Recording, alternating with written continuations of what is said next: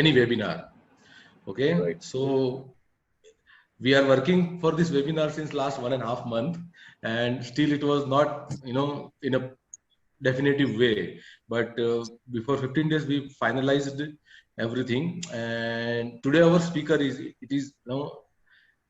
I really feel honored to, introduce Dr. Karthik Raman. He is a MDS from Government Dental College Hospital, Dental College and Hospital, Aurangabad. He is right now associate professor in CS MSS Dental College in Aurangabad. Okay, so he is basically an endodontist, and his specialty obviously, and restorative dentistry. Apart from this, he has a special interest in management of orofacial pain. Okay, and he is also a fellow from the World Clinical Laser Institute, USA. He is right now, I think he's also working on management of sleep apnea and temporomandibular disorders also. Yes. Okay, sir. And he is providing non-surgical therapy mainly, sir. Yes. Yes, and definitely all of them, like temporomandibular disorders and sleep apnea, and all of them have a, at certain stage they have a role of, there is a definitive role of non-surgical therapy, and if it can be diagnosed very early, then they are really life-changing procedures. Absolutely, sir. Okay, those who really suffer from it, they can describe that how much pain they had, and orofacial pains is really a, if you have a TMJ pain and muscle pain, then it is fine. But other pains are really difficult to diagnose, and patients starts going from one doctor to another doctor, third doctor, fourth doctor, and still they are not getting diagnosis. Okay, and he is very much loved by his students, and very charming, very calm person. Thank you. Okay, so he's a Dr. Karthik Raman, and it over to you, sir.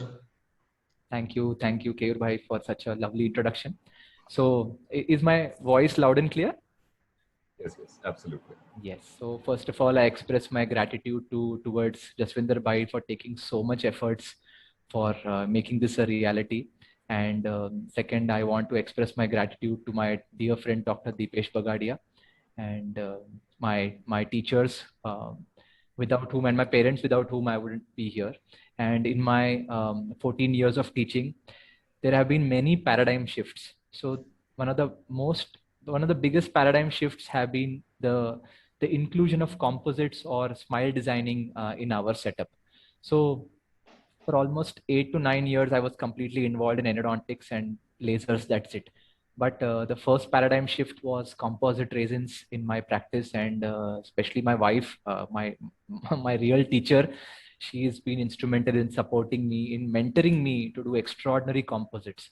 And she being an artist, for her, it was always very easy. So if you have seen the movie Kung Fu Panda, she's the Shifu. For her, it's not a big deal to do a composite restoration. But to mentor somebody like me, who's already been into a training, so it was such an amazing learning and an unlearning experience. And I think the most important aspect of a teacher or of a student is the capacity to unlearn, because every 3 to 5 years, there are newer and newer technologies being introduced. Like when I started endodontics, single visit root canal therapy was a strict no-no. But when I entered into clinical practice after third year of my MDS, I came to know and I started mastering the art of single visit endodontics. And single shade restorations are no different. So before I speak about single shade restorations, I would also like to say that the second paradigm shift in my practice was orofacial pain, TMD, and sleep apnea. My fellowship from Roseman University under Dr. Davis Thomas was an absolute eye-opener. And I'm looking forward to Dr. Keyur giving me an opportunity to present on orofacial pain also. So I'll just put forward my request. It's a good opportunity to put forward my request, and so that I'm waiting for an opportunity. So other than my practice, other than my teaching, I'm very, very passionate about. So this is my teacher, Dr. Kamra, and I pay my respect and my gratitude to him for mentoring me, not only as a clinician, but he trained me to be a great human being, very empathetic with my patients, and he was loved by all his patients. So his patients included, poorest of the poor and richest of the rich, and name the bureaucrat or the judge or the politician in our region. He was a patient of my teacher, and I'm so privileged that I got to do my MDS under his mentorship. So other than my clinical practice, which I am very passionate about, I also run two NGOs by the name Life Foundation and Umang. Umang was my earliest NGO. Around 11 years back, we started the work of oral cancer awareness. After I lost a very dear friend of mine to oral cancer, I had nothing to do with oral cancer, but then God wills God wills a certain way. So I learned everything about oral cancer, started counseling patients. So I'm a social worker in the National Tobacco Control Cell of Aurangabad, and we counsel industrial workers, school children, and college children in oral cancer awareness and about tobacco cessation. So we have counseled more than 8,700 workers and school children, almost more than 10,000. And Life Foundation is a recent NGO where we support the COVID positive patients in whatever aspect of life they are dealing with, be it finance, be it health. So we conduct various training programs. And other than that, I have the privilege of practicing in an amazing, flourishing and roaring practice called City Dental Center, where I have the privilege of being associated with Dr. Rajesh Jambure and Dr. Amit Joshi. So they are well-known speakers and KOL for Ostem India, and they are known throughout India for their surgical and prosthetic skills. And we have a 5-chair dental clinic, and we have our own Raman Dental Clinic also, which is functioning since 17 years. And this is our team. On the left, you can see both my other partners, and they have been a real support in, I was completely only engrossed in my clinical practice, but they saw the talent in me, that I have the ability to teach and, inspire people and motivate them to be their best version of themselves. So they motivated me to be, and now due to their blessings, I'm standing in front of you. This is my team on the right. So I could not include all our practitioners here. So we are 3 directors and we are 11 MDs working together. And it's been this is the 11th year of our practice, and God has been very kind to us. And what does our practice constitute of? So our practice constitutes of, we don't have film stars, we don't have many names to boast of, but we have some extraordinary human beings whose lives we alter by altering their smile. So we give smile to people. So if you see this patient, my friend's daughter, she's now moving to Germany to do her MS. Extraordinary girl and entrepreneur at the age of just 23. And she beholds a beautiful smile thanks to restorative dentistry. And I'm so grateful to Composite. And you name anything in restorative dentistry, there's a composite to fulfill that need. And this is the kind of work we are indulging in, creating smiles, making the quality of life for our patients better. This is another patient who was, we were privileged that she visited us from Yemen for her treatment. She heard about the kind of work we do. And I belong to a small town called Aurangabad in Maharashtra. And somehow God has been kind, and the kind of ethical practice that we are doing along with our partners, we are able to cater to so many patients throughout the world. And this is the kind of transformation we could cause for her. She was on her way to Dubai to meet her husband. So she could not meet her husband for a year due to COVID. And this case we did just during the COVID times. And all she could utter was the word mashallah. That's all she could speak, because we didn't know her language, neither did she know ours. So she used to use Google Translate, and we used to speak in Google Translate. And this is how a rapport was established. And I always believe that composites have been the biggest game changer in our clinical practice. And through today's lecture, the scope and limitations of today's lecture, in this 1 hour, I aim to motivate all of us, and especially all the males like me in practice. So either we are in endodontics or we are involved completely in implantology. So we'll also see why this is more of a female dominated field, restorative dentistry, and why not a male. And you'll be pretty surprised by the studies that come up. I request all the participants to please put themselves on mute so that I can be of service to all of you. Thank you. So another lady. So here is the magician, my wife. This is the magic that was created. So this lady did not apply lipstick on her lips after she got married. So almost 12 years without a lipstick. And when we did a smile designing for her, she could put her lipstick back, and she was so happy. She bought a lipstick for my wife also, and so both of them are with a lipstick in this photograph. So this shows the kind of results that are caused and the kind of difference you and I can make to people's lives. Their lives just alter in a matter of hours. The kind of happiness, if you look at her eyes, I cannot see no anything other than happiness, just that happiness to smile. And I think that is what is the crux of this practice. I request everybody to kindly go on mute. Jaswinder bhai, can you put all of us on mute? Sir, I think you will have the option. Yeah, I'm actually not the host right now. You're the host. Okay, oh. So I don't have the right. So okay, no issues. Just yeah, I think Dr. Preet is there, who is not on mute right now. So if you can mute yourself, I guess now she is mute. Okay. Yeah, thank you. Thank you. Very kind of you. Thank you so much. So what is restorative dentistry? So restorative dentistry can be defined as a healing art. It is not just an art or a science. It's a healing art associated not only with teeth, but the associated structures of the oral cavity, and which includes, but is not limited to prevention, diagnosis, and treatment of disease of the teeth.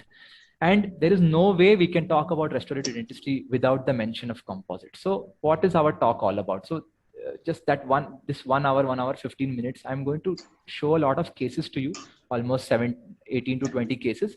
At the same time, we will talk about single shade composites under these headings. First, we'll discuss a little about composite, because it's very critical that as a clinician, we understand the chemistry behind composites. And we'll see what are single shade composite. We'll see what are the facts versus all the claims that have been circulating in the market for such a long time.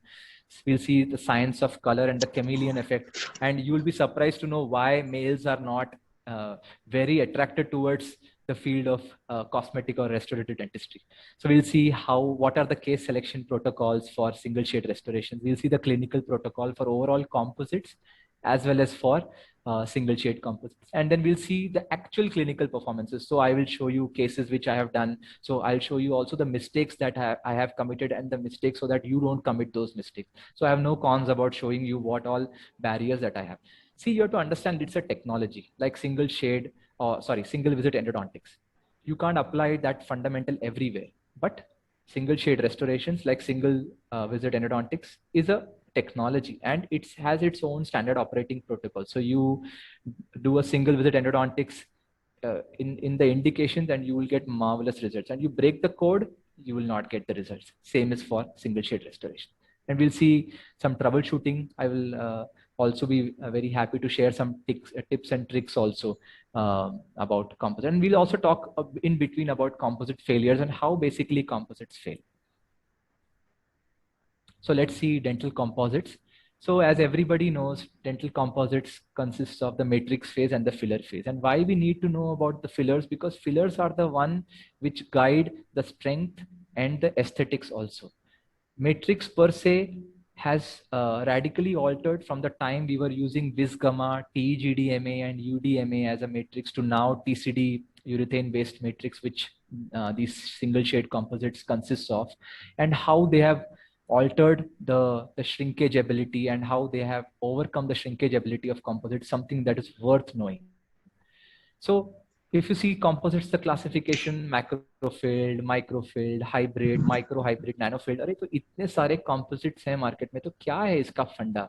So microfilled composites, you have to know, they have they give very good luster, and hybrid composite, they have very good strength. So scientists decided to merge both of them, make it microhybrid, and then we have a mix of strength as well as very good aesthetics. And we know many of the brands that are microhybrid in nature. And now we have moved into nanotechnology and something called nanofilled composites. And now one step ahead, we'll go to nano clusters. Now, if you see on the right hand side, we will see these clusters. And what do? They completely alter the way in which the composite presents to us. So when we discuss the shade selection and when we discuss the color, the science of color, we get more idea about why nano clusters are so important. मेरी सबसे विनंती है कि आप कृपया अपना mute का button दबाएं ताकि ना हम सबको रीच कर सकें. Yeah, Dr. Parvez and Dr. Rajendra Patel, please mute yourself. Dr. Parvez, please mute yourself. Yeah. Thank you. Yeah. Thank you so much. Jaswinder bhai, thank you for chipping in. You are our savior. Right. So when we come to nano clusters, ये क्यों important है? Important इसलिए है क्योंकि हम देखना ही नहीं चाहते, हम जानना ही नहीं चाहते कि ये composite में क्या है, क्या नहीं है. When it comes to food, we want to know, अरे भाई साहब इसमें क्या डाला है? आपने इसको इतना tasty क्यों बनाया? But when it comes to dentistry and dental sciences, we are not bothered. We'll never bother to even open our booklet and see. And it's very common, especially with us Indians, and it's not bad or wrong, but we are more concerned with what is the performance. But bhai, if we are not going to understand the chemistry of the substance or the material that we are using, how are we going to know how many seconds to actually cure, whether 20 seconds, whether 40 seconds, whether 60 seconds, a minute, how much to layer? So I always keep collecting these booklets, and I make it a habit to read. What is it? Why is it saying so? So I urge each and every one of you to understand the chemistry behind any material that you're going to use, and then go on to use, because there are inherent challenges. First is the understanding of the chemistry. As I said, we don't have a habit of reading the instruction manual. Second question for all of us dentists is that कितना invest करने का armamentarium, rubber dam भी लो, clamp भी लो, फिर अच्छा rubber dam भी लो, फिर उसमें medium variety भी है, अच्छा variety भी है, composite कौन सा choose करने का, which instruments to use. So we will talk about the bare minimum instruments to be used, and the bare minimum instruments you will require to do extraordinary. And we'll also discuss, it's always a challenge. Hello, Dr. Dinesh, Dr. Dinesh, please mute yourself. Yeah. Thank you. And another inherent challenge that is there with composites is mastering the technique. So all of us feel that, you know, it has to be a 2-minute magnitude. मैंने पहली बार कर दिया हो जाना चाहिए, but it doesn't work that way. Composites are very unforgiving. So isolation is a must. Understanding the chemistry is a must, and the most important and critical aspect of composite restoration is mastering the technique. So it took me a while to be almost just 30 to 40% of how my wife does composites. Everybody is not born an artist. My wife is an artist. She just blends the composite and you can't make out the margin, but it took me time. It took me 3, 4, 5, 6 years to master the same art, which she does in seconds. But there's a learning curve. And sometimes as human beings, we are afraid of the learning curve. We want everything to happen at the first time. And that's not going to be possible. Composites come with a learning curve. But once you master, once you start getting success, same with photography of composite, and you'll realize, see, I've also shifted to a new camera. It took me a while to get adjusted. Jaswinder Bhai knows how much I struggled with the new camera. So all of us are going to go through these challenges, and composites have these challenges. It's okay.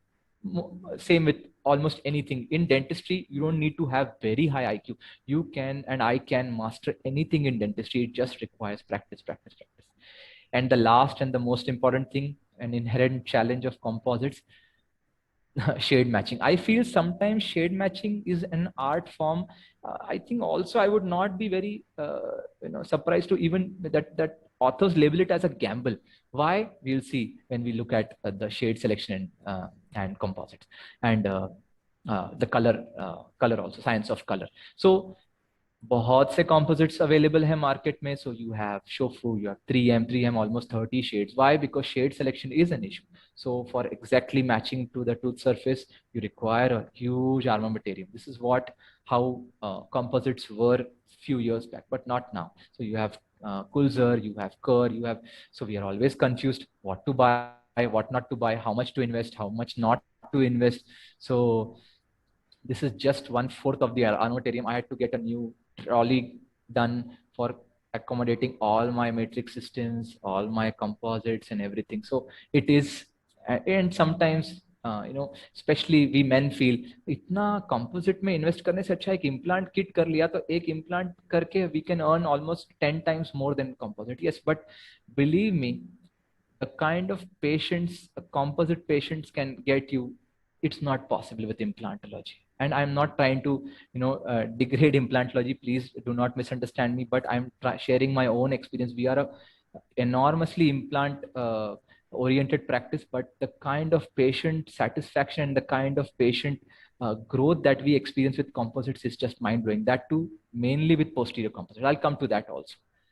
And then we are left with the question, what to buy, what not to buy. And then we have an entry of the representative, and representative comes and tells us, sir, बहुत अच्छी scheme है, आप उसके झंझट में मत जाइए, इतने शेड्स मत खरीदिए, सर बेसिक शेड देता हूँ सर, 1 पे 1 free. And there we fall prey to this simple gamble, and then we don't even realize we sacrifice and compromise on both the strength and aesthetics, and we land up with failures. So is there a way out? Is there any solution to this? Yes. Is there a solution where is there a composite in the market which will help us, overcome these inherent challenges of shade matching, less armamentarium, will consume less time, will be cost effective, will give us great quality and great satisfaction also? Yes. There is something called single shade composites. What are they? They are universal composites, and they offer beautiful, extraordinary color adaptation, and one shade is sufficient. So if you look at this particular photograph here, you will not even realize all these 3 Ivoclar denture teeth have been restored. They have an occlusal restoration with a diamond 1 single shade composite of Pulsar, and you won't even make out. I tried the same thing with even dehydrated teeth. I showed it to my assistants and my doctors in my hospital. They couldn't make out. What will it do for the dentist? Not only save the time for shade selection. So I have come to know that in northern Gujarat, you have a lot of patients flowing into your clinics every day. So if I have to request any of you to jump into composites, so you will always say, "Bhai, time ka constraint." So okay, let's see this. Let's look at this material. So it's not a panacea, but it's an extraordinary material, and show you the different scenarios in which I have used single shade composites, and they have come out with flying colors. So independent of the tooth shade, it blends beautifully with the surrounding tooth structure. And if there is no surrounding tooth structure also, like class 2 composites, it still does beautifully. How? Let's see. First, we'll look at some of the physical properties. So I have compared the Diamond 1, which is this product, with Omnichroma. Is also a very popular composite, single shade composite. And if you look at the depth of cure, flexural strength, flexural modulus, and other parameters also, Charisma Diamond is way far superior to Omnichroma. This is how it looks like, and I have used. So what are the facts about single shade composites?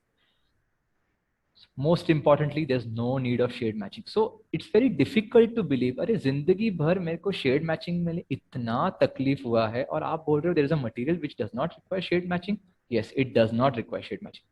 We'll tell you the science in a moment, but let's look at the hassles. Now, if you there are so many things. You have to dry the tooth, wet the tooth, then dry the tooth, then you have to pumice it, then you have to take the shade in mid morning between 10 to 12 o'clock to get the exact match. So in ambient light, the tooth appears different. In color corrected light, the tooth appears different. In incandescent room light or a halogen bulb, it turns out to be different. In LED, it's weird. So we have so many challenges. But this is a composite you apply on the tooth surface, and it looks white or looks pretty opaque when you take it on your instrument. But once you apply it on the tooth structure, it just blends. How is that possible? So first of all, we'll need to see one case. So this is a case number 1.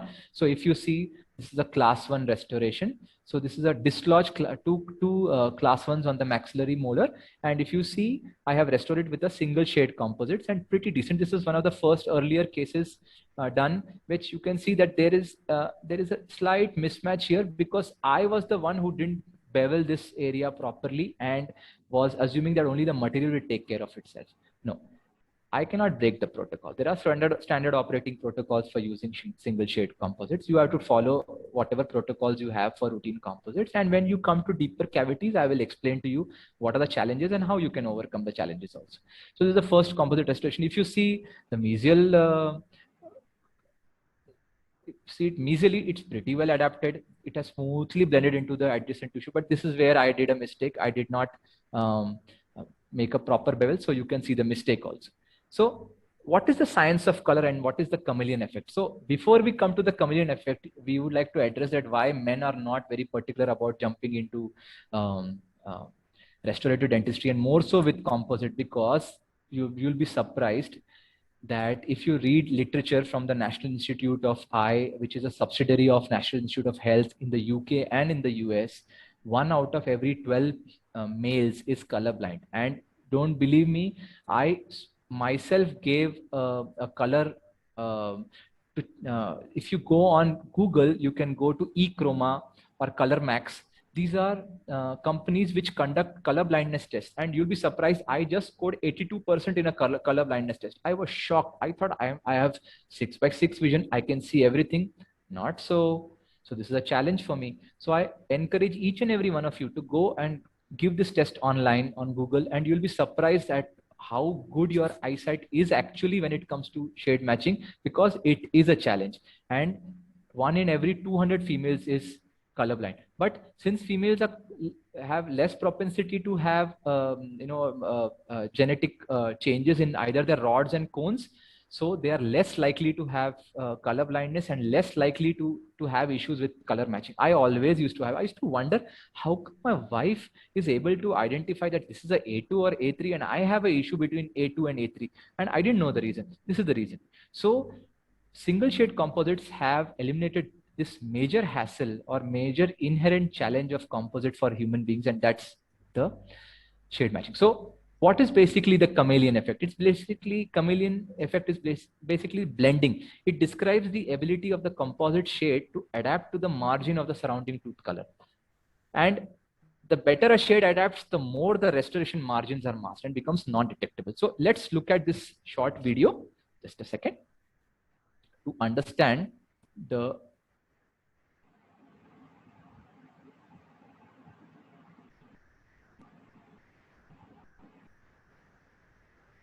science of shade matching. Just a second, please.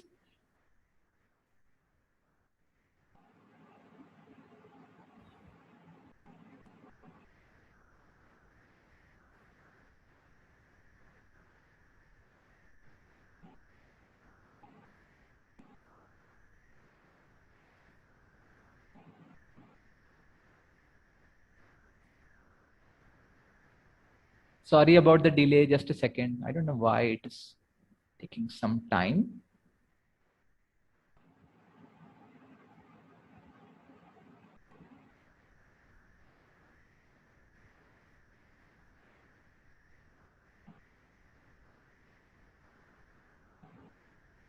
Okay, let us see this small video to understand what is the science behind shade matching.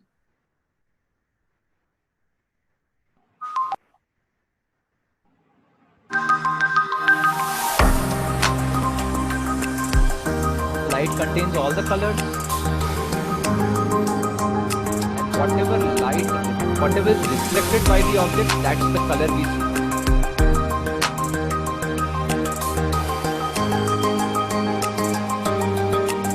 Whitish will absorb all the color, that is why we see any tooth as yellowish white or white.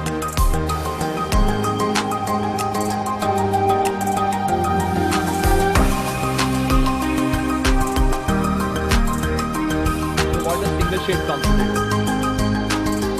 reflects the light from the surrounding tooth. That's why there is one shade for all. That's called adaptive light.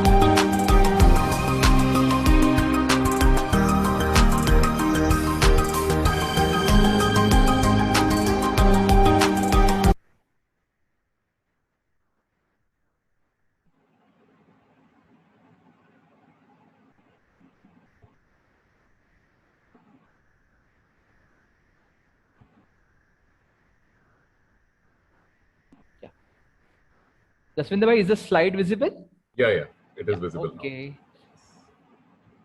So let's see now, what is the adaptive light matching? So what happens basically when the light goes into the composite? So there is a different refraction and reflection of these. There are two different kinds of fillers here. There are nanoclusters or nanoparticles, which are available freely also, or they are available in cluster form also. So when they are available in cluster form, what they do is they have a different refractive index as compared to the matrix also. So matrix will have a different refractive index and an inherent color. And these nanoclusters also, when they are aggregated in a certain way, because of the special manufacturing process called sol gel manufacturing. So once they aggregate together, they are able to reflect and refract and give out red yellow color, which is the actual color of human teeth. This is how they are able to blend so beautifully with the adjacent teeth. So when you have small restorations, so the single shade composites like Diamond 1 takes the shade of the surrounding teeth, because the Diamond 1 has low chroma and high translucency. Whereas when it comes to some amount of tooth structure which is not surrounded by the restoration not surrounded by tooth structure, one not only takes the shade of the surrounding teeth at the restorative margin, but also has an inherent capacity to emit red yellow wavelength. That's how even in bigger class 2 restorations, in spite of, when you see the composite, you'll see it as white, but when you adapt it into the cavity, it will blend beautifully into the cavity, and you will not, it's called seamless blending into the restorative margin. So like I told you before, that they are basically in clusters. That's why they are able to reflect and refract light. So it's same as a compact disc. So compact disc has a lot of serrations there. So whenever you twist and turn the compact disc or the DVD, you can see that a Vibgyor rather than just, some gray or some, white reflection from the surface. This is all to do with diffraction, refraction, and the science of color.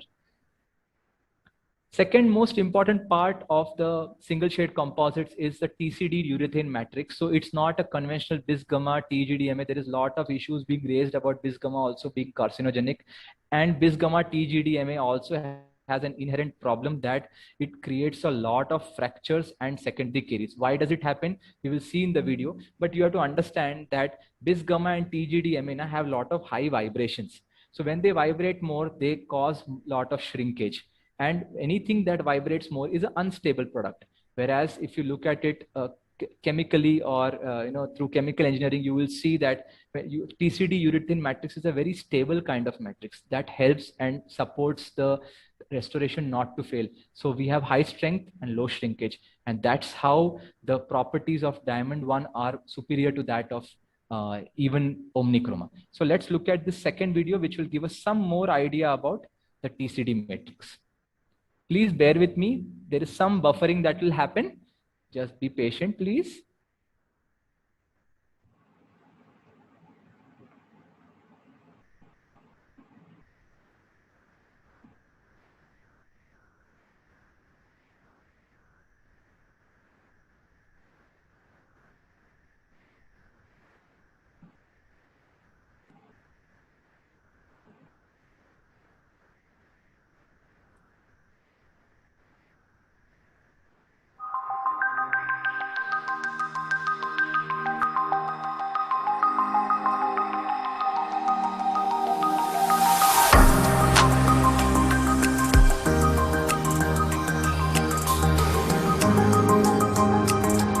Composite has different pillars in different sizes and a polymer matrix.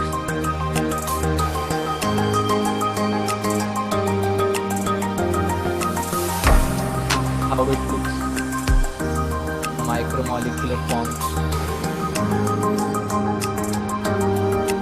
So the less they vibrate, more the density. The more they vibrate, the density. The less they vibrate, less the shrinkage. The more they vibrate, more the shrinkage. Full explanation as to why the TCD matrix is such an amazing revolution in the field of composites. Because once you have less shrinkage, you are able to prevent secondary caries. And for the higher strength, less incidence of chipping and cracking.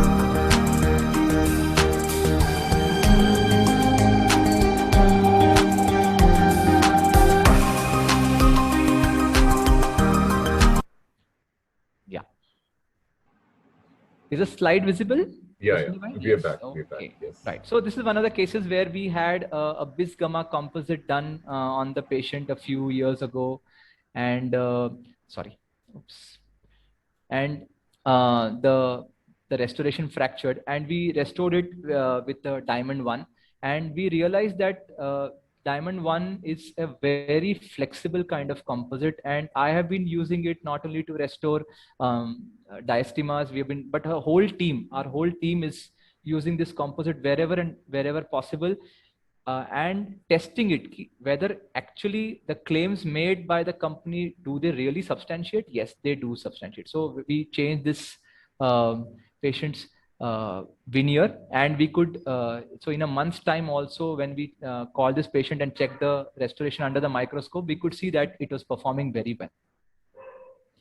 So another beautiful property of single shade composites, it mimics the fluorescence of natural teeth. So if you look at this pre-op here, and then you can look at the post-op also, you can also appreciate that, you know, I have not only done the restoration for the cervical 1/3, but I also applied a Diamond 1 composite over the almost the whole of the labial surface, and it is almost emanating the fluorescence of natural tooth. Same for this particular restoration on the right, where I not only restored the earlier composite restoration, failed composite restoration in the class 5, but also made it into almost a veneer. And what I want to tell you is that though it is not a panacea for everything, I required opaquer below this restoration, because there is a hindrance to use of single shade composites when there is a high demand, there's a demand to very high aesthetics. So there are certain limitations for the use of single shade composite, but when they are used with either Tokuyama calls it blockers, we call them opaquers or dentine. Once it is used beneath the Diamond 1 restoration, we can give very beautiful composite restorations in any and every cavity. Class 1, class 2, class 3, class 4, class 5, even diastema closures. I'll show you some cases also. So when it comes to case selection, we have to choose cases at the start. This is for when we begin using single shade composites, before we get used to it, and because before we start to get the feel of the composite resins. So small and large posterior restoration, not extended buccally into the aesthetic or the visible zone. This is a good way to start. Moving over to class 5 cavities and extended buccally, slightly buccally, but not located in the aesthetic or the visible zone. I have used it on in MODs. I've used it on small anterior restoration, cervical restoration, and then moving over to MODs, larger MODs, moving into the aesthetic zone and using it even to restore diastemas. So you can use single shade composites, Diamond 1 anywhere, but when you are beginning, there is a learning curve, as I said before at the beginning of our lecture. So it will require some amount of practice before we are able to conveniently and easily use Diamond 1 single shade composites in the anteriors also. So if you can see this, we started off 1 month, 2 months ago by doing composite restorations for lateral incisor, closing the diastemas on the distal aspect of the central incisor, closing diastemas of the lower incisors, and we could achieve a decent amount of translucency as well as the aesthetic demand. We could meet the aesthetic demand of the patient, and that gave us confidence to keep on using. I have used Topaz also. Topaz also is quite decent, but the properties of Charisma Diamond 1 are much superior to Charisma Topaz. So we tried using the single shade composites to restore the mesial margin of the lateral incisor also. But this is something that I'm going to talk about when I come to the limitations of single shade composites. And those limitations are when it comes to very highly aesthetic cases, or patients who are extremely demanding for their aesthetic, or a patient where you feel that the lot of interplay has to be done between the translucency or creating the pericymata and all. So a conventional composite approach or a stylo italiano approach or a histologic approach towards composite resins is essential and is needed as per the requirement of the case. Otherwise, Diamond 1 is amazing instrument. Yeah, of course, I prepared the index here. I took an impression, made a mock-up, made an index, made the palatal shelf with a flowable composite, or some cases I used the opaquer also or a blocker also, and then did a Diamond 1 composite, and I was able to achieve pretty good aesthetic results. Same, so this is a class 3 cavity on the left, and this is a diastema closure. Of course, I am also upgrading myself in my photography, and my photographic skills may not match. I have not done any editing here. I have kept it as it is to show you that there are certain limitations to this particular product, but at the same time, I am seeing that by practice, I am able to overcome all the limitations slowly and steadily. This is absolutely contrasting to the cases that I showed you. This is a highly aesthetic case that we performed at our dental center. Excuse me. And which required the use of a conventional approach to diastema closure, where we took an impression, did a mock-up, made a palatal index, and then built the palatal shelf with a flowable composite resin, cured it, and then added an opaquer, and then used a typical Salo Italiano approach of dentine, incisors, and all these things. So wherever and however the case demands, we have to keep ourselves flexible. So as I said before, that it's not a panacea, but it's a great technology to be inculcated into our practice. So what's the clinical protocol that I follow? So I make sure that the tooth is very well isolated. So I can speak about each of these topics for almost an hour, but I would like to restrict myself just saying that there is no better isolation than a rubber dam, no matter what. There's a new product in the market from DMG, which is called a single tooth rubber dam. If you are not very comfortable with the conventional rubber dam, please try to use at least the single tooth rubber dam, and make sure that your composites are 100% isolated. Yeah, we use a high vac suction, we use a low vac suction, we use cotton dispensers, retraction cord, everything is fine. But when it comes to composite failures or very high cases of sensitivity, in our cases where we especially do pulp capping, there is no other way, or anterior restoration, especially diastema, I recommend that we use rubber dam. And you have to understand that we are the ones, or I would say about myself, I will not talk about anybody else. I would say about myself that, for years I did not use rubber dam, and when I expect the same patient after many years to let me use a rubber dam, patient is going to have their reservations. It is my problem that I never inculcated rubber dam into the practice, and I'm inculcating it now since few years. So once you develop, and once the patient see that many others have also got rubber dams done your clinical practice, slowly it will become a protocol for you. Like the way we use a thermal gun or check the pulse oximeter, that's how simple a rubber dam is. It hardly takes 30 seconds to a minute. Now for any one of us, you don't need to be an endodontist or an extraordinary restorative dentist to use a rubber dam, but my earnest request to each one of us to start using rubber dam, at least a single tooth rubber dam. Optra dam is also fine, Optra pad is also fine, but isolation and retraction is a must as far as composites is concerned. No, how much ever I talk about it is less. Next step is complete caries excavation. Then comes pulp protection. You can use MTA, biodentine, whatever you feel appropriate. And I also request you that if you are going to go ahead with a total etch technique, or use you have a lot of enamel around, you're going to use etchant, please make sure you're using a 5th generation bonding agent. And when you see when you are going for a deeper restoration, especially when you're doing pulp capping, now when I talk about class 2 restorations, they are a great practice changer. When a patient comes to you having gone to many dental clinics and having been told root canal therapy for a very close to the pulp decay, moderate kind of proximal caries, and you end up doing a class 2 restoration for them with a beautiful margin, with a beautiful finish, cervically as well as occlusally, you are the winner, and you save a patient's root canal therapy. That patient will get you n number of more patients. This is my personal observation. So use good addition protocols. Etching, don't etch the tooth structure too much. Don't apply too much bonding agent also, or don't be very stingy. Please don't use that applicator tip on the nozzle head or around the nozzle before applying the bonding agent. Just make sure that you are pressing the nozzle or the bottle in equanimity, so that you require very less amount of bonding agent. But don't be stingy about bonding agent. That is one of the major causes of sensitivity as well as failure of the composite restorations.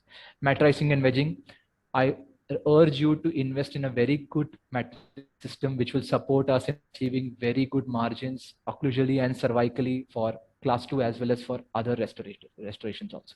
Layering, you may end up using any kind of layering, but the most important is any layering technique which reduces the C factor. That is very critical. And I can speak, but I would like to introduce a new finishing and polishing system to you as we go ahead, and rechecking the occlusion and adjustments if any is done. This is the protocol. Let's look at some failures also. So if you see the protocol and if you see the failures, they're almost the same. If you don't follow the protocol, this is what you're going to see. So if you see improper polymerization, and I urge each one of you to invest in a very good light, Translux 2 from Kulzer or a 3M, Elipar. There are beautiful, or Blue Wave from Ivoclar. These are some of the best bond lights. Invest in a very good light. It is very critical because many of the lights, Chinese lights that we use, when you take them very close to the tooth structure, they tend to heat up a lot. They will cause irreparable damage to the pulp complex, and we will end up with those composites will go and end up with root canal therapy. So let's look at a case in flow. So this is one of the case that we did a failed composite restoration in a lower molar and caries with the distal aspect of the premolar. So we followed all the protocols of a proper rubber dam isolation, used the high volume evacuator, no need of absorbent paper points. So retraction cords were not required in this case, but for anteriors you will require. So you might use these fancy products or you may not, but my earnest request to you, to each one of us, is to use the rubber dam.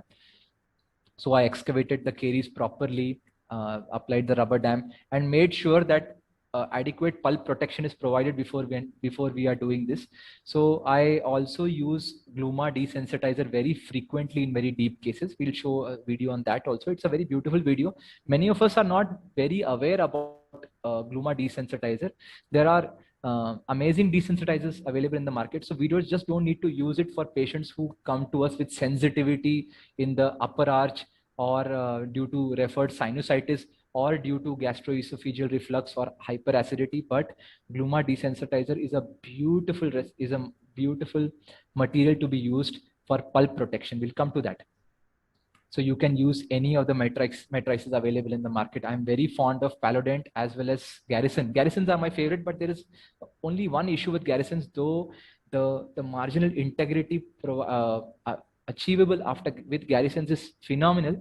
But the only issue I face with Garrisons is that I'm unable to reuse it many times, maximum 2 or 3 times, and it's a very costly investment for me. So what I do is I use the rings of Garrisons and I use the bands of Palodent. So I keep interchanging, but I seriously not very fond of these rings, these Chinese rings, or the Toffelmeier. Toffelmeier tends to shrink, or at the same time just give away when we apply a wedge, and that results in very awful margins. So I even train my final year students not to go in for Toffelmeier. Toffelmeier looks very easy to apply, fine for amalgam restoration, not fine for amalgam also, but okay for amalgam restoration because it's a very forgiving material. Remember, my friends, composite is not a forgiving material. You put the wedge, it bleeds, your gingival margin is gone.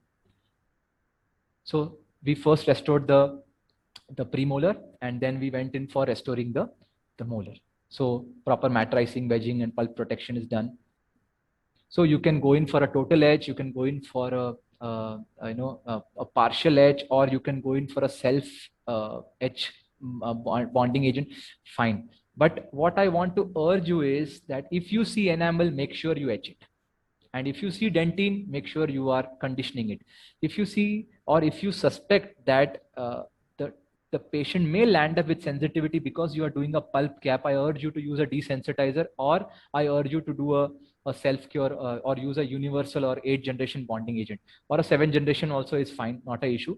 But make sure that you are not going and etching dentine. Dentine etching will create a lot of sensitivity. And the second thing you have to understand about etching phenomenon is, contrary to what was taught to us in our dental school, to etch for 30 seconds and all is not needed. 15 seconds is more than fine. So if you have shallow cavities, 10 seconds for enamel, 5 seconds for dentine is more than sufficient. If you have deeper cavities, you just go in for a 7th or 8th generation bonding agent, just fine. But if you see enamel, make sure you are etching it. So it's very, very critical that you follow. Another thing that I want to say as a tip, make sure that you are taking care of removing each and every element of the etchant stuck on the enamel.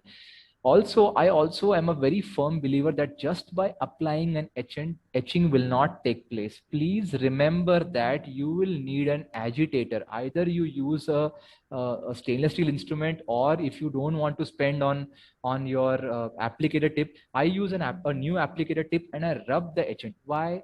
All of our etchants contain silicone.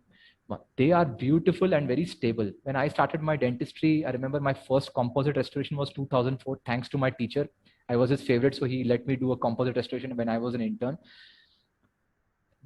Even though the materials were not applied, so there's a very very big transition that has taken place. So you have to understand that I used to use an etchant which was liquid in consistency. We are using etchants which are gel like. Remember, gels have a very big issue. They just sit there. वो बस बैठेंगे उधर, आपको उसको agitate करना पड़ेगा. Make it active. Either use a stainless steel instrument, which I don't recommend because they will corrode it. But if don't want to use a tip, fine. But you use a tip, recommended. Rub the etchant properly so that proper etching takes place. Second thing is wash it properly. Third thing is please use a chip blower to dry it, or use the 3-way in very slow. Before using the 3-way, make sure you use it on your hand or a tissue paper to see if the mixing is not taken place. I know my friends for 11 to 14 years, they have not changed their 3-way. Brothers and sisters, it's time to change our 3-way. If you see that your 3-way is emanating water as well as air, time to change it. I recently got all of them changed because they were causing issues with my composite. I used to etch it and I assumed that air will come out of it, water used to come out of it. So all the etchant is gone.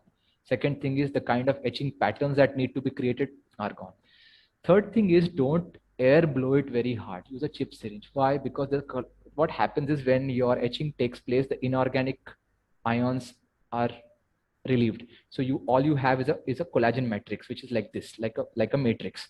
If you air dry it too much, the whole collagen meshwork collapses, and it is very difficult for the bonding agent to enter and seep into the collapsed collagen and establish a proper bond.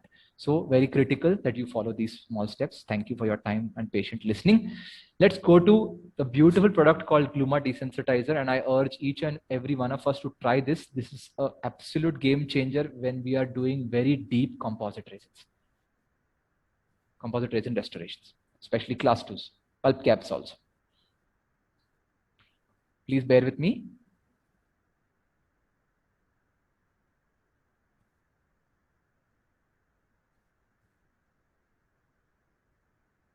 Oops.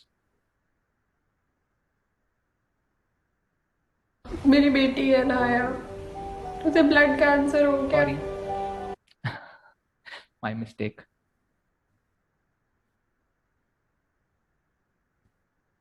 So YouTube has its own issues. It comes with its own set of problems of ads.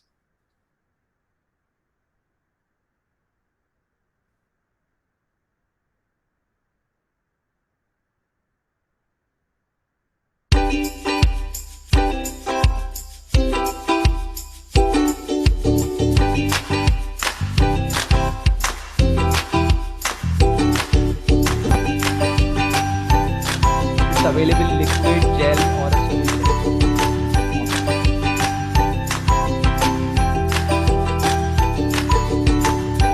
It's a beautiful penetration up to almost 200 microns.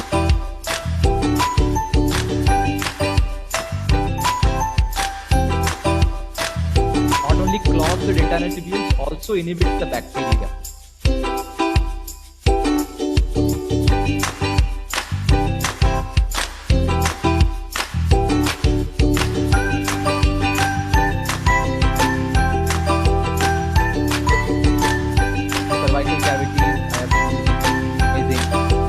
After crown cutting, my partner Dr. Joshi is using it after the crown cutting. It's an amazing result.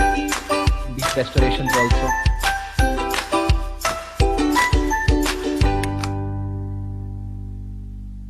Thank you for your patience.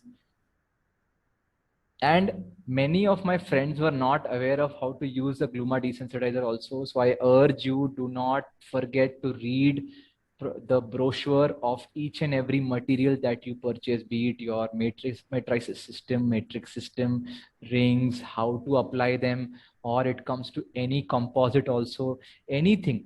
You know, many of us Indians, we purchase mobiles also and don't even refer to the manual that is given. So many of the features are missed out by us. My daughter reads the manual and makes sure that she uses the mobile better than me. It only comes out of learning. So this is the biggest learning that I want to inculcate in all of us.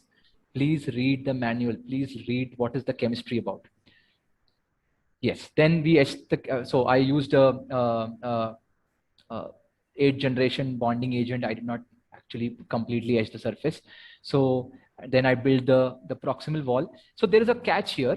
So once you apply the matrix system, you make sure that your class 2 is converted into a class 1. So first you apply a layer of a flowable resin at the gingival floor. Then you make sure that you are building the whole wall with a composite resin. You can generally, I always prefer to use a opaquer shade or a dentine shade. And most critical is make sure that before you remove the matrix band, add a little layer flowable resin layer between the tooth margin and the composite wall that you have built. So many of us do not do that, and once we remove the matrix, the whole wall also tends to come out of it. So this is one clinical step that I urge each of us to do. When you are removing the caries, make sure you are using a wooden wedge. Do not use this wedge, because if this wedge, maybe you must be using a Garrison's or a Palodent, I don't know.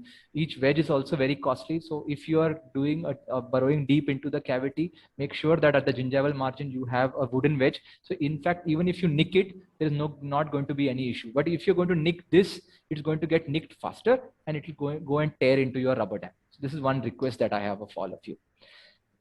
So once you have developed your wall properly, then you can convert the class 2 into a class 1 restoration, and then you can use any technique that you find suitable. You can go in for the biomimetic filling technique. Traditional filling technique and bulk filling technique, I don't recommend. Even in the biomimetic technique, studies have shown that even horizontal layering tends to create a lot of stress or increases the C factor. So one way which I recommend to all clinicians that I coach or I teach in college also to my students is that you can always use a combination of vertical and horizontal layering. And some layers you can use horizontal layering also. But when you are doing a larger composite, you can use many other techniques. You can build lobes, you can build cusps. You can do many kinds of ways. Important is that you have to master that particular technique. That's very critical. Invest well on instruments. Have a complete set of PKT. This is a must. You may not have a Tokuyama brush or a Kulzer brush, but at least have these instruments, which are a must for each and every clinician if you want to do great composite restorations. There is one recommendation that I have when you are doing a class 2 composite. Always keep a proximal contact former and make sure that your matrix band absolutely is in perfect contact with your adjacent tooth. That will help you to create a beautiful synced margin with the adjacent teeth.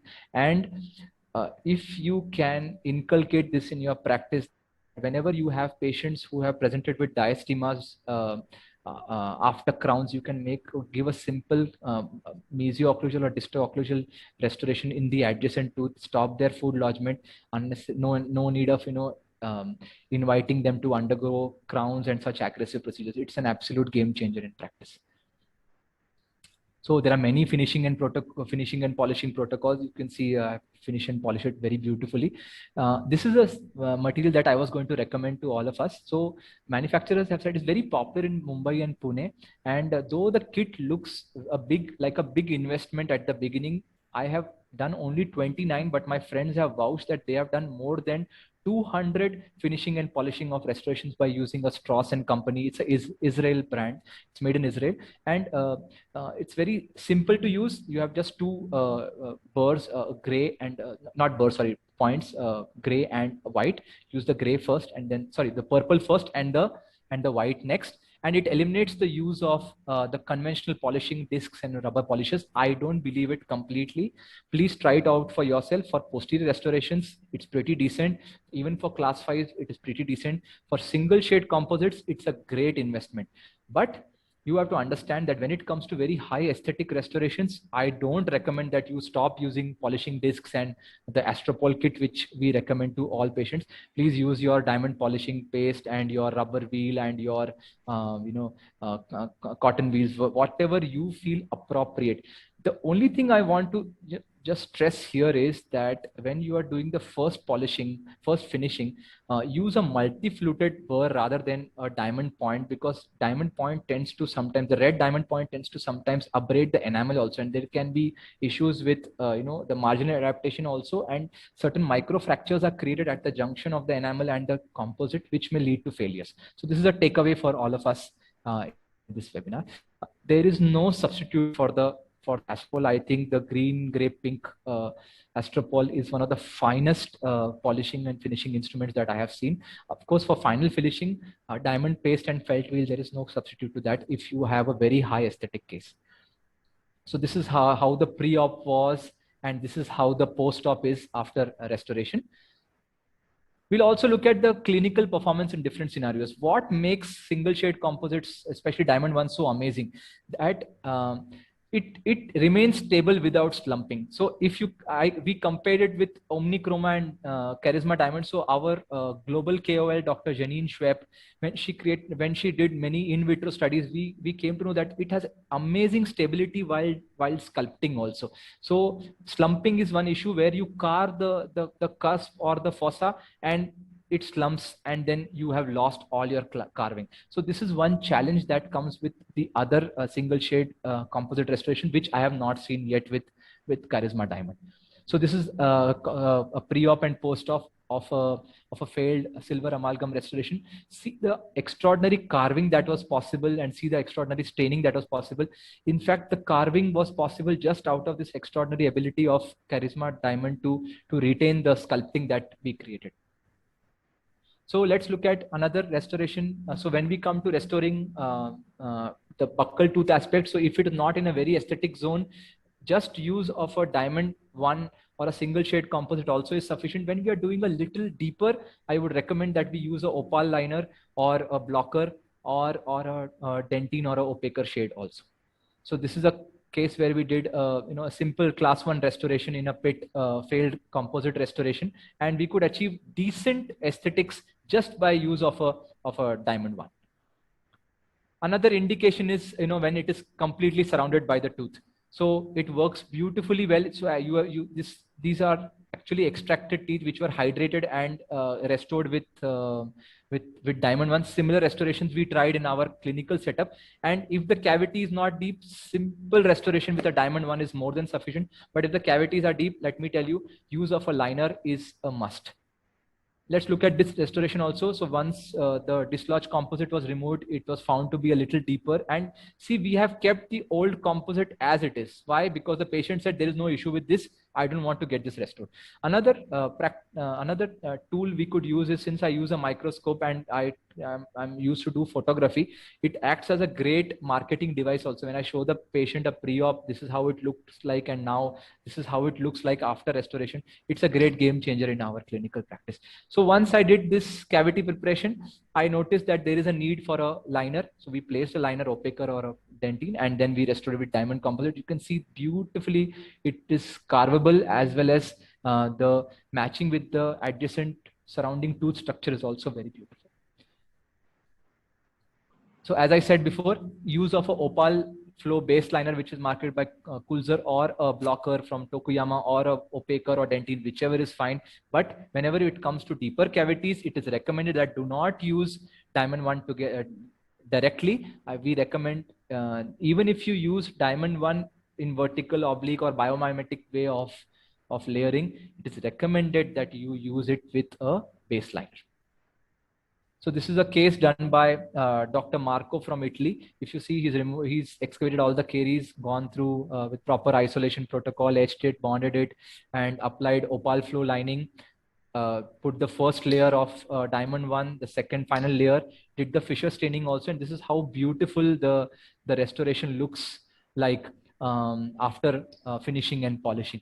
So diamond 1 is a beautiful tool, fast, yet there are certain challenges to it. When we come to deeper cavities, recommended is to use a opaquer and a or a dentin sheet. A simple class 2 restoration, we didn't need to use too much of opaquer, but I tried some blocker, and it gave a beautiful aesthetic result here in the post-op also. Same here, dislodged inlay, metal inlay. We made a cavity, used a 8th generation bonding agent.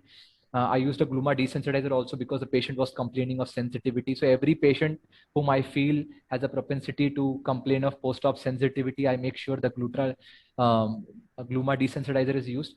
Gluma has HEMA, HEMA, as well as glutaraldehyde. So make sure that you wash the cavity properly after using Gluma desensitizer, or the glutaraldehyde may interfere with the bonding of the bonding agent. So before you apply the bonding agent, make sure you wash it properly, dry it. Another very good way of drying the cavity, if you don't want to use a chip syringe, is to use cut pieces of sponge.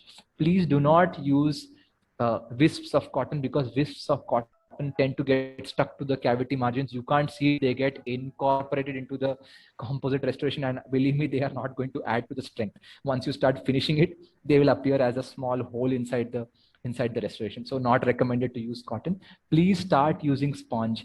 Please start using sponge in your endodontic after your access cavity preparation, also before using your temporary restoration. You will start finding many benefits of using sponge. Another class 2 restoration where we used a rubber dam, we isolated the tooth, we did a etching bonding protocol. I only etched the a part of the enamel. So for any restorative dentist, whenever he or she sees enamel, we jump onto it and we etch it. So partial etching is very critical, and at the same time it's recommended that we use a desensitizer and we use a 7th or 8th generation bonding agent, then go ahead with the restoration. So this is just 3 to 4 months old. We are just looking at how the performance is going to be, because this is a huge class 2 restoration, but I'm very clear that it's going to last for a long time. And we used the Garrisons here. Yeah, this injury is due to the matrix band and retainer. So it's amazing that in spite of bleaching, this particular diamond 1 retains the color of the adjacent tooth structure. It's so surprising. Dr. Janine Schwepp also did some studies wherein after etching, she removed the part of the restoration, took it in her hand and saw that it looks completely white. But as soon as she placed it again on the tooth structure again without etching and bonding it, it started matching the tooth structure. That's what is adaptive light matching. It is just extraordinary. Until you use it, you will not be able to know. No matter how much I create with you or talk to you about single shade restorations, until the time you start using it, you cannot appreciate the kind of chemistry it has, the kind of usability it has, and the kind of magic it has when it comes to the chameleon effect. It is to be seen to be believed. So some troubleshooting tools for us: properly isolate with the rubber dam, completely eradicating the tooth from caries is very critical. Refining the enamel is very critical. And when it comes to restoration, build the interproximal wall first, change the class 2 into a class 1. Do not remove the wedges until you end the layering. Otherwise, sometimes when you hurry up in removing the wedge, it starts to bleed, and then there ends your isolation. You use rubber dam or not, it goes for a toss. You can use some amount of flowable resin around the margins of the rubber dam and the tooth if you find that it is leaking a bit. And as I said before, there is no best layering technique. Even Stylo Italiano says this, but I want to urge and request you that please use the biomimetic technique of layering, because studies have shown that it gives the greatest protection against rise in the C factor. So as I said before, use wooden wedges before using our routine wedges. If you are going to deep excavation of the gingival floor, clean the dentine properly. There are many studies which are showing us that to disinfect deeper cavities with chlorhexidine 2%, but there have also contrary studies saying that they affect the the bonding also. But if you use a pure chlorhexidine 2% solution from Circamed, I have seen that the chances of a bond failure between the bonding agent and the composite is, between the tooth structure and the bonding agent and the composite is very less. So as I said before, use a 7th or 8th generation bonding agent, depending on if it is very deep class 2 or a very deep class 3, class 4, and total edge technique if you're doing a shallower restoration. To decrease the C factor, please make sure that you are using a flowable resin at the gingival floor. And as I said before, before you remove the matrix, apply a layer of flowable resin between the wall you have built with the opaquer or the dentine, and make sure that it has completely aligned with the dentinal or the tooth wall. And as I said before, use a multi-bladed burr for when you start the finishing process rather than a diamond point. And always use a supercharged diamond paste, as I said before, with a brush, with spiral, whatever you wish to. Let's see some of the aesthetic limitations of Diamond 1. So as you see, Dr. Janine has also done some restorations in the cervical area of some highly aesthetic zones. And we noticed that you require the use of a blocker or a opaquer or dentine before you finally restore it with Diamond 1. So what do we do once we see a very highly aesthetic case, a class 4 or a diastema closure? You make sure that you are using a conventional technique is also fine, opaquer or your blocker, or you can do a diastema closure or a very highly aesthetic class 4 with a conventional technique also, doesn't matter. But if you're going to use Diamond 1, which I have been doing in most of my cases, I make sure, like this case we did, we made sure that we followed the protocol. We took an impression, did a mock-up, made an index, made a palatal wall with flowable composite resin, and then built the diastemas one by one with first opaquer or a dentine shade, and then we used with the Diamond 1, and we could get pretty decent aesthetic results. This girl never used to smile. We used to always, keep her hand on her face before she used to smile. And now look at the beautiful smile that we could create just with a single shade restoration. And this is the last case that I want to show you. Though this doesn't look to be the most ideal way of restoring anybody's teeth, but our team only had 2 days to deliver whatever we had to deliver. The doctor said, she was from Australia, she's an anesthesiologist, said, I have to go back, make sure, do whatever, but you give me my smile back.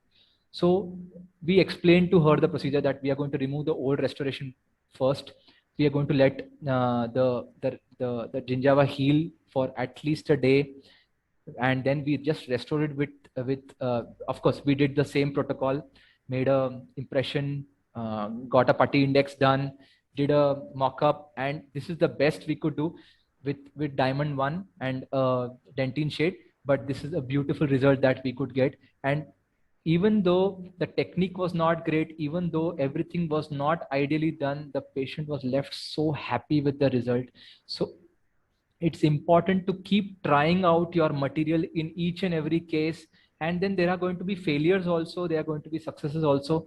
But the most important part of composite restoration is the learning curve. Once you have surpassed the learning curve, then each day is going to be a pleasure in your practice, and each day you are going to create the biggest marketing tool for your dental practice, is that your patient who smiles and who smiles beautifully. So is a single shade restoration like Diamond 1 what we want or what we require to save on the time, cost, and is it going to deliver the quality? Yes, it is going to give us freedom from handling 30 shades. Yes, it's going to save a lot of time, lot of money, and it's good. Penny saved is a penny earned, and it will always give a beautiful right shade match no matter what the situation. We just need to know how and where to, and a seamless blending with the surrounding dentition. With these, I thank you, and I want to declare that this is complete. I'm open to question and answers. Thank you for your patient listening. It's almost 9:50. I'm sorry to exceed 15 minutes, Dr. Keyur. Sir, fine, no problem. There are some questions. Yes, sorry, I think can't see. Just a second, sir. I'll just go through them. Just a second. there are some questions. Just a second. Yes, just a second.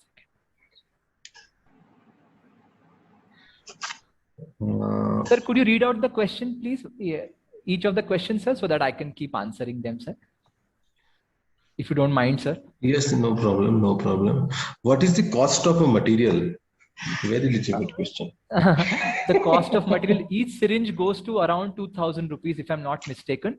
I don't know whether that was scheme or not scheme, but this is what I spent for one syringe of Diamond 1. The other competitors in the market are much costlier than Diamond 1. I found it to be extremely economical, and second most thing is the usability is amazing, shade matching is amazing, handling is amazing. I was one of the first in this